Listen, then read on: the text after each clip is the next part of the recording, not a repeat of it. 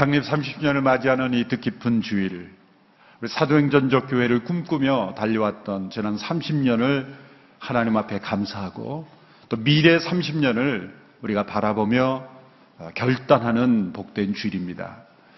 지금까지 저희 교회가 이 사도행전적 교회를 꿈꾸는 교회의 비전 슬로건으로서 액트 29, 액트 29이라는 사도행전 29장이라는 그런 비전 슬로건을 붙잡았습니다. 이것은 사도행전의 역사가 지금도 계속 쓰여지고 있다는 고백입니다. 어떤 분들은 온누리교회가 사도행전 29장 그러니까 온누리교회 2단이다 그렇게 정죄하는 분이 있어요. 사도행전 28장까지밖에 없는데 마음대로 29장이라 우리가 성경을 바꾼다는 게 아니라 사도행전 28장을 보면 그 마지막이 끝나지는 것 같지 않게 끝납니다. 대개 인사말이 나오고 또 맺은 말이 나오고 이렇게 작별 인사가 나오는데 그냥 성경 공부하다가 끝납니다. 그것은 계속 현재 진행형이라는 메시지를 우리에게 주는 거죠. 거기에 착안해서 사도행전의 역사는 오늘 이 시대의 교회를 통해서도 계속 쓰여진다라는 그 비전 고백으로 사도행전 29장이라는 이름의 고백을 우리가 해왔습니다.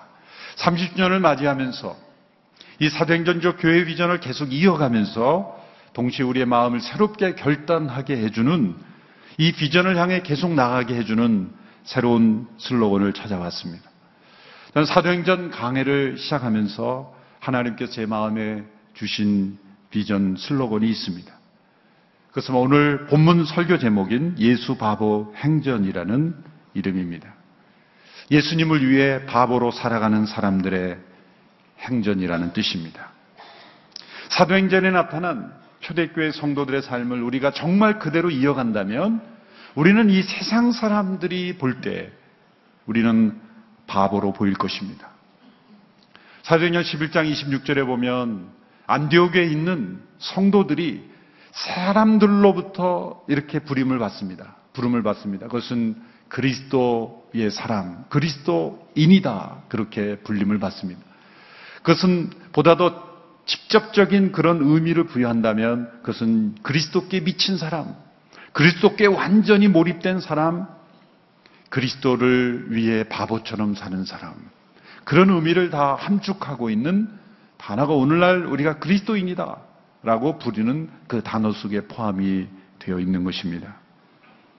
그리스도를 위한 바보, 그리스도를 위해 바보가 된다는 것이 혹 마음에 부담스럽습니까? 이것이 만일 거슬린다면 우리는 그리스도인으로 살아간다는 의미를 잘 깨닫지 못하고 있는지도 모릅니다. 그저 적당하게 예수 믿는 것처럼 그렇게 살지만 진짜 예수님 믿으며 살아가고 있는지 우리는 되돌아봐야 하는 것입니다. 보십시오. 예수님은 우리를 위하여 바보가 되신 분입니다. 예수님을 바보라고 표현한 것이 불경스러워 보일 수도 있습니다. 그러나 복음서에 나타난 예수님의 삶을 보면 그 당시에 사람들이 때로 받아들이기 어려운, 감당하기 어려운 그런 바보스러운 모습의 삶이었습니다. 왜 그렇습니까? 그 당시 사람들이 추구하는 경쟁, 이기심, 탐욕, 위선, 자기를 위한 그런 삶을 결코 살지 않으셨기 때문에 그렇게 살지 않아도 되는데 예수님은 그렇게 사셨기 때문에 세상 사람들이 보기에는 예수님은 바보로 보이셨던 거예요. 이 세상 기준으로 보면은 예수님은 이루신 것이 하나도 없습니다.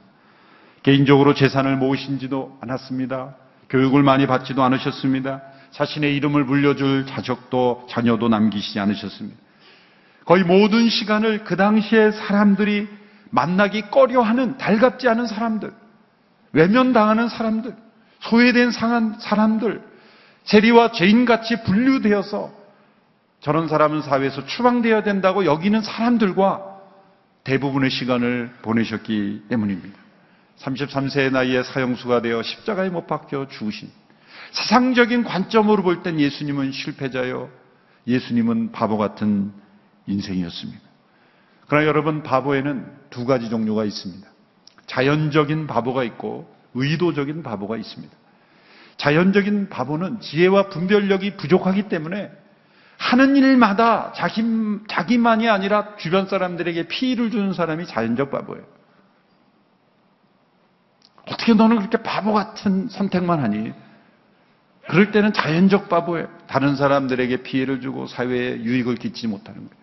그러나 의도적인 바보는 자기에게는 분명 손해가 되는데 모든 사람들의 유익을 위해서, 더 큰 의로움을 위해서 자신이 희생되는 것을 조금도 두려워하지 않고 조금도 자신의 손해를 아까워하지 않으면서 그 길을 묵묵히 걸어가는, 그래서 모든 사람들이 가지 않는 그 길을 외롭게 걸어가는 그 사람, 바보 같은 그 길을 걸어가는 사람을 가리켜 의도적 바보다 이렇게 말할 수가 있습니다. 예수님은 우리를 위하여, 우리를 구원하시기 위하여 의도적 바보가 되신 분입니다. 하나님이신 그분이 그 하늘의 영광을 왜 버리십니까? 바보 같은 선택 아닙니까? 의도적 바보죠. 사람이 되신 것, 그것이 얼마나 바보 같은 일입니까? 인간을 창조하신 그 흙으로, 그 흙의 몸을 입고 세상에 오신 것, 바보 같은 선택입니다. 불의한 인간이, 죽어 마땅한 인간을 그냥 죽도록 내버려 두셔야 마땅한데, 불의한 인간이 담당해야 될 하나님의 진노를 대신 그 의로우신 그분이 담당하시기 위하여 십자가에 지신 것, 이기적인 사람들이 볼 때는 결코 하지 않는 일입니다. 세상 사람들은 불의한 사람을 위해서 의로운 사람이 대신하여 죽는 바보는 없습니다. 왜요? 바보 같은 선택이기 때문에. 사람들은 그런 바보가 되기를 싫어합니다. 사람들이 조롱하고 외면하는 자들과 함께 식사하시고 그들의 친구가 되시는 것, 모든 사람들이 싫어하는 사람과 친구가 되시는 것, 그것은 성공지향적인 사람들이 볼 때는 바보 같은 선택이었습니다. 자신을 끊임없이 거부하고 배신하는 사람들을 끝까지 사랑하시고 자신을 배신한 사람들조차 포기하지 않았던 예수님은 이 경쟁 중심적이고 자신을 조금이라도 거부하는 자를 가차없이 버리기를 원하는 이 세상 사람들이 볼 때는 바보 같은 선택입니다.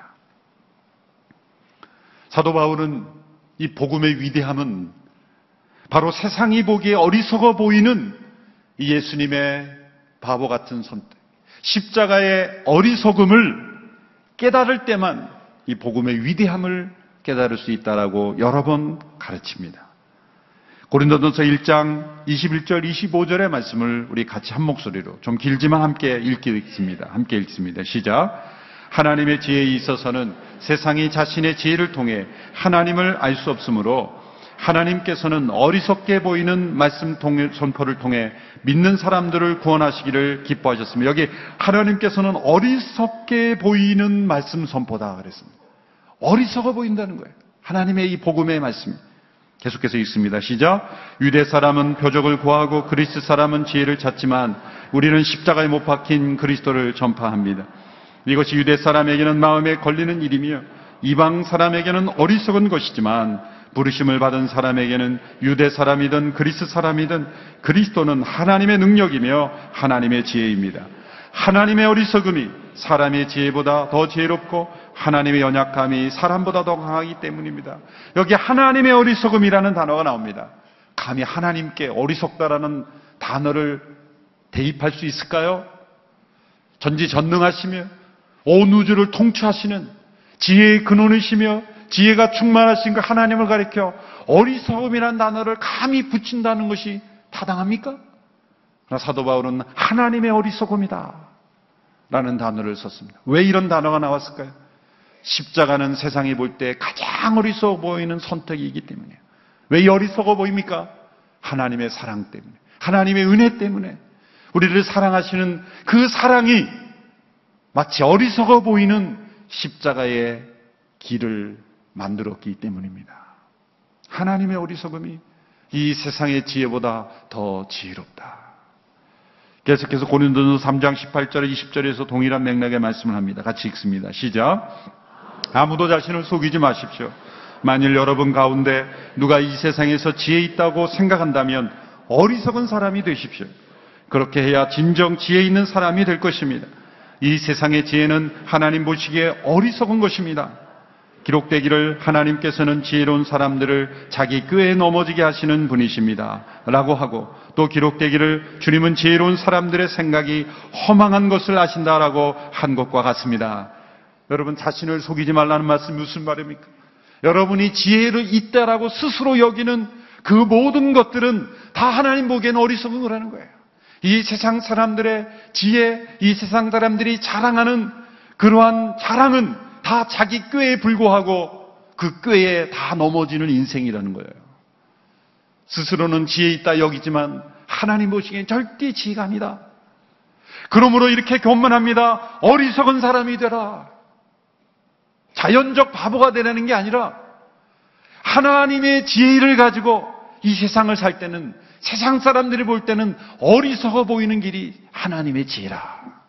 그 길은 십자가의 길이요, 낮아지는 길이요, 자신을 내려놓는 길이다. 성육신의 길이다. 애플이라는 회사를 만들어서 전 세계를 뒤집어 놓고 지금도 영향을 미치는 스티브 잡스라는 분이 계시죠. 얼마 전에 돌아가셨죠. 그분이 2005년도에 스탠포드 대학에 졸업식에서 연설을 했습니다. 그분은 대학 중퇴죠. 스탠포드 대학의 졸업식에서 연설을 했는데 그 영상을 다시 보니까 너무나 감동적이에요. 그분이 예수님 믿지 않았지만 그분 정말 훌륭한 가치를 붙잡은 사람이더라고요. 그 졸업식 연설에서 그런 세 가지 자기 스토리를 아주 간략한 5분밖에 안 된 짧은 연설이지만 자기의 인생을 고백합니다. 자신은 미혼모의 자녀로 태어났다는 거예요. 그래서 다른 가정이 입양될 뻔했다는 거예요. 미혼모의 자녀로 태어나는 것부터 시작을 해서 경제적으로 어려워서 대학에 들어갔지만 그 대학 학비를 부모님이 그 노동의 일을 하면서 감당할 수 없는 것을 자기가 그 자신의 모든 수입이 다 대학 등록금에 내고도 부족하기 때문에 대학을 그만뒀다는 거예요. 대학을 중퇴하고 자신이 세운 회사를 잘 만들어 갔지만 그런 그 회사로부터 오히려 쫓겨남을 당하죠. 자기가 만든 회사로부터 쫓겨남을 당해요. 그리고 암이 걸려서 죽음 앞에서 그 사투를 벌였던 그 모든 자기의 과거를 다 설명하면서 그 모든 것을 극복한 그 위치에서 2005년도에 그는 자신의 삶을 움직인 한 문구를 설명합니다. 그것은 어렸을 때 그 무슨 백과사전 같은 그러한 그 카탈로그에 있었던 한 문구인데 그 문구가 자신을 움직였다는 거예요. 그 단어는 바로 이거였습니다. Stay hungry, stay foolish. Stay hungry. 굶주린 상태에 머무르라. 갈망 속에 머무르라. Stay foolish. 어리석은 상태로 머물러라. Stay foolish. 미국 최고의 지성인들의 대학의 졸업식에서 그는 어리석은 자가 되라. 그것이 나의 삶을 움직였고 오늘의 나를 만들었던 비결이라는 거예요. 그 말을 이해하는 학생이 몇이나 됐을까? 저는 그분이 우연히 발견한 백과사전의 한 문구, 그것은 사실은 성경적인 가치에서 나온 거예요. 가난한 자가 복이 있다는 말씀. Stay hungry. 굶주린 상태, 갈망의 상태. 우리는 조금만 지식이 있고 조금만 재산이 모여지고 조금만 사회적 지위가 되면 금방 헝그리가 없어져 버리는 거예요. 계속해서 헝그리 할 수 있는. 조금만 지혜롭다고 생각하면 우리는 자기의 잘난 지혜를 의지하며 살아갑니다. 어리석어 보이는 일을 하지 않습니다. 다른 사람이 나를 바보로 여길까봐 똑똑한 체 하면서 살아갑니다. 그러나 진짜 지혜로운 사람은 어리석어 보이는 길을 갑니다. Stay foolish. 이것이 스티브 잡스를 움직였던 인생의 철학이라는 거예요. 오늘 본문에 초대교회 성도의 삶을 보면 세상 사람들이 볼 땐 이해할 수 없는 삶을 삽니다. 바보 같은 삶을 사는 삶의 모습을 오늘 본문이 담고 있습니다. 우리가 익숙하지만 이 본문을 그 당시에 사람들의 관점에서 보면 이 사람들은 왜 이렇게 살지? 이렇게 살지 않아도 되는데 그들은 왜 저렇게 살까? 세상 사람들이 볼 때는 바보 같은 삶을 살았던 삶의 기록이에요. 이들의 삶을 저는 예수 바보들의 삶이다, 그렇게 말할 수 있다고 생각합니다. 예수 바보란 누구입니까? 첫째로 예수 바보란 예수님을 바로 보는 사람들이에요. 오늘 보면 42절의 말씀을 우리 같이 함께 읽겠습니다. 시작. 그들은 사도들의 가르침을 받고 교제하며 빵을 떼는 것과 기도하는 일에 전념했습니다. 이들은 예수님을 바로 보기 위해서 가르침이 필요한 것입니다. 3년 동안 예수님과 함께 동고동락했던 그 예수님의 부활을 목격하고 예수님으로부터 사명을 받았던, 예수님으로부터 직접 가르침을 받았던 사람들로부터 그들은 가르침을 받아야만 했습니다. 왜요?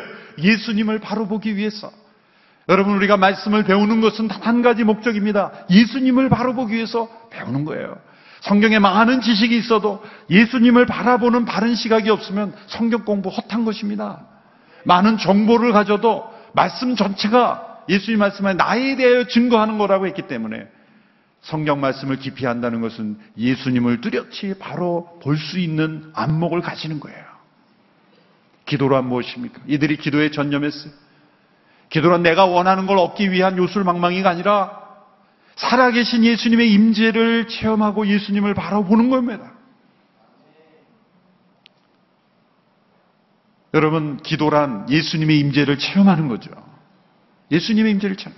예수님이 과거 역사 속의 인물이 아니라 부활하셔서 지금도 우리와 함께하고 계신 그 살아계신 예수님을 바로 보는 것이 기도입니다. 사도들이 떡을 뗐다 그랬죠. 그것은 단지 배고픔을 위한 식사가 아닙니다. 이것은 그들이 예수님이 말씀하신 대로 우리처럼 성찬을 나눴다는 거예요. 그 당시 초대교회 성도들은 식사와 성찬이 거의 구별되지 않았습니다. 그래서 빵을 떼고 떡을 뗐다는 것은 그들이 성찬을 통해 예수님을 기억했다는 거예요. 예수님이 떡과 잔을 나누시면서 이것은 내 살이요 내 피니, 이것을 먹고 마실 때마다 나를 기억하라, 나를 기념하라고 말씀하셨어요. 성찬이야말로 예수님이 어떤 분인지를 가장 정확하게 바로 볼 수 있는 그러한 제도인 것이죠. 이 모든 것 다 예수님을 바로 보는 것입니다. 믿음이란 예수님을 바라보는 거예요. 이 세상도 하나님 볼 때는 바보처럼 사셨던 그 예수님을 바라보는 것. 히브리서 12장 1절에 이렇게 말씀하고 있습니다. 12장 2절 말씀. 믿음의 창시자여 완성자신 예수를 바라봅시다. 그는 자기 앞에 놓여있는 기쁨을 위해 부끄러움을 개의치 않으시고 십자가를 참으셨습니다. 그래서 그는 하나님의 보좌 오른편에 앉게 됐습니다. 세상 사람들이 너는 바보 아니야 라고 하는 그 조롱과 부끄러움을 개의치 않으시고 십자가를 참으신 그 예수님을 바라보는 것. 예수 바보입니다. 둘째로 예수 바보란 예수님의 마음으로 이웃을 바로 보살피는 사람들. 그 예수 바보입니다. 이웃을 바로 보살피는 사람들. 오늘 본문 44절, 45절의 말씀을 우리 함께 읽겠습니다. 시작. 믿는 사람들이 모두 함께 모여 모든 물건을 함께 쓰며 재산과 소유물을 팔아 각 사람에게 필요한 대로 나누어 줬습니다. 이들은 모든 물건을 함께 쓰며 재산을 팔아 각 사람의 필요를 따라 나누었다고 말합니다. 이 구절은 결코 공산주의를 지지하는 구절이 아닙니다. 사유재산을 금하는 말씀이 아닙니다. 강제적 재산 공유가 아닙니다. 자신의 재산이 여전히 있었으나 필요를 따라 자발적으로 나누는 공동체였다는 거예요. 이들이 금한 것은 사유재산이 아니라 이기심을 금한 것입니다. 이들은 어떤 공동소유나 공평이나 평등 같은 이념을 추구하는 공동체가 아니었어요. 그런 이념을 추구하지 않아도 어떤 필요가 생길 경우에 필요에 처한 사람들을 자발적으로 자기의 것을 조금 더 자기 것으로 여기지 않았다. 세상 사람들 볼 때는 바보 아닙니까? 자기 것을 왜 자기 것으로 여기지 않습니까? 세상 사람들 볼 때 그 사람 가리켜 바보라고 말합니다. 그러나 이들은 바보처럼 필요가 있을 때마다 자신의 재산을 나누어서 주었다는 거예요. 여러분, 이 필요는 욕심과 다르죠. 다른 사람, 자기는 필요라고 말하지만 다른 사람이 볼 때는 욕심일 수 있어요. 여러분, 내가 간절히 필요하는 것이요, 다른 사람에게는 엄청난 사치일 수 있어요. 예를 들면 한국 땅에 가장 어려운 가난 속에 있어도요, 지구상의 다른 한복판에 가 있는 사람들에게는 사치일 수 있다는 거예요. 교회는 이 세상의 필요를 바로 보살피는 공동체여야 합니다. 기근, 재난, 국심한 궁핍 가운데 있는 필요를 보고 그들을 바로 보살필 수 있는 공동체. 이 바로는 올바로라는 의미도 되지만 바로바로, 즉시로, 바로바로라고 해석할 수도 있습니다. 저희 비전은 앞으로 미래 30년 후에 온누리교회가 지금까지 저희가 해외 선교에 헌신한 만큼 이웃의 필요를 보살피는 그 헌신도 같이 상승했으면 좋겠어요. 해외 선교를 줄여서 이걸 치우는 게 아니라 선교도 더 올라가지만 이웃의 필요를 돌보는 일도 그만큼 헌신이 같이 올라가면 좋겠어요. 우리 더 멋진 세상을 통해 세계의 기근에 우리의 필요를 채울 뿐만 아니라 우리 사회 선교를 통해서 우리의 이웃을 돌보고 보살피는, 바로 보살피는, 때에 따라 보살피는 그런 공동체. 그것이 예수 바보 공동체입니다. 셋째로, 예수 바보란 예수님을 세상에 바로 보여주는 사람들. 예수님을 세상에 바로 보여주는 사람들. 오늘 본문 43절 그리고 47절 말씀 함께 읽습니다. 시작. 모든 사람들에게 두려움이 임했는데 사도들을 통해 기사와 표적들이 나타났습니다. 그리고 하나님을 찬양하고 사람들로부터 칭찬을 받아 주께서 날마다 구원받는 사람들을 더하게 하셨습니다. 이 사도행전에 나타난 성도들은 그 당시에 사람들로부터 두 가지 반응을 받았어요. 첫째는 두려움입니다. 왜 두려웠을까요? 기사와 표적들이 나타나기 때문이에요. 기적이 나타났기 때문입니다. 세상에서는 찾아볼 수 없는, 세상적인 방법으로는 일으킬 수 없는 기적들이 그들을 통해 나타났기 때문이에요. 그들이 갑자기 신비한 능력을 가진 사람들이 되었습니까? 아니죠. 하나님께서 이 복음이 증거되고 하나님의 나라가 임했다는 것을 그들에게 나타내기 위해서 기사와 표적을 그들을 통해 일으키신 거예요. 놀랍게도 세상에 똑똑하다는 사람에게는 기적이 나타나지 않습니다. 어리석어 보이지만 하나님의 능력을 의지하는 사람에게 기적이 나타날 줄로 믿습니다. 오늘 교회 미래의 역사 이런 기적과 표적이 있게 되기를 바라요. 기적과 표적을 추구하는 교회가 되면 안 됩니다. 복음 증거를 위해서 하나님의 나라가 임해서 병든 자를 정말 긍휼히 여기는 마음으로 우리 모두가 기도하고 복음 증거를 했을 때 기적과 표적이 나타나는 공동체가 될 줄로 믿습니다. 또 한 가지는 사람들로부터 칭찬을 받았다는 거예요. 과연 온누리교회가 이 세상에 칭찬을 받을 수 있을까? 지역 주민들로부터 칭찬을 받을 수 있을까? 사실 저희가 많은 성도가 모임으로서 주차 나누면서 지역 주민들이 많이 힘들죠. 우리 신동아 주민들은 많은 상처가 있어요. 그 상처가 이제 앞으로 칭찬이 변화될 줄로 믿습니다. 여러분, 만약 온누리교회가 주차장이 없는 교회가 된 교회도 계속 출석하시겠습니까? 이번 한 주가 아니라 이 주차장이 이렇게 넓은데 주차장이 없는 교회가 된다면 바보 아니야? 그렇게 생각하지 않을까요? 그런 결단을 내린다면 지역 주민들로부터 정말 칭찬받을 수 있지 않을까? 그런 마음으로 우리가 함께 세상 사람들부터 칭찬받을 수 있는 그 칭찬은 하루아침에 얻어지는 것은 아닙니다. 이벤트로 얻어지는 것이 아닙니다. 쇼로 얻어지는 것이 아닙니다. 꾸준하게 우리가 세상의 필요를 돕고 그저 싸우지 않는 것 아니라 다툼이 없는 정도가 아니라 세상을 섬길 때 세상 사람들이 교회를 칭찬할 거예요. 그럴 때 어떤 일이 났습니까? 주께서 구원받는 사람들을 더하게 하셨다. 여러분, 우리가 사람을 더하는 것은 그냥 세력 확장이 되는 것입니다. 그러나 주께서 구원받는 사람을 더하게 하시는 교회는 세상에 영향력을 주는 것이죠. 우리가 할 일은 단 한 가지, 예수 바보가 되는 길뿐입니다. 예수님을 바로 보고 세상의 필요를 바로 보살피고 그리고 세상에 예수님을 바로 보여줄 때 주께서 우리를 통해 구원받는 자들을 날마다 더하게 하실 줄로 믿습니다. 오늘의 교회가 또 다른 30년이 지난 후 창립 60주년을 맞이할 때는 오늘의 교회는 예수 바보 교회다. 예수 바보 행전을 살았던 사람들이다 라고 평가받을 수 있는, 사실 이것은 우리가 만든 구호가 아니라 세상 사람들이 그렇게 우리를 불러줘야 하는 거예요. 그런 마음으로 우리가 함께 걸어갈 수 있게 되기를 주님의 이름으로 축원합니다. 기도하겠습니다. 하나님 아버지, 사도행전의 삶을 살았던 초대교회 성도들과 같이 예수 바보로 살아가는, 예수님 때문에 예수님을 위하여 바보 같은 인생 살아가는 우리 모두가 되기를 간절히 원합니다.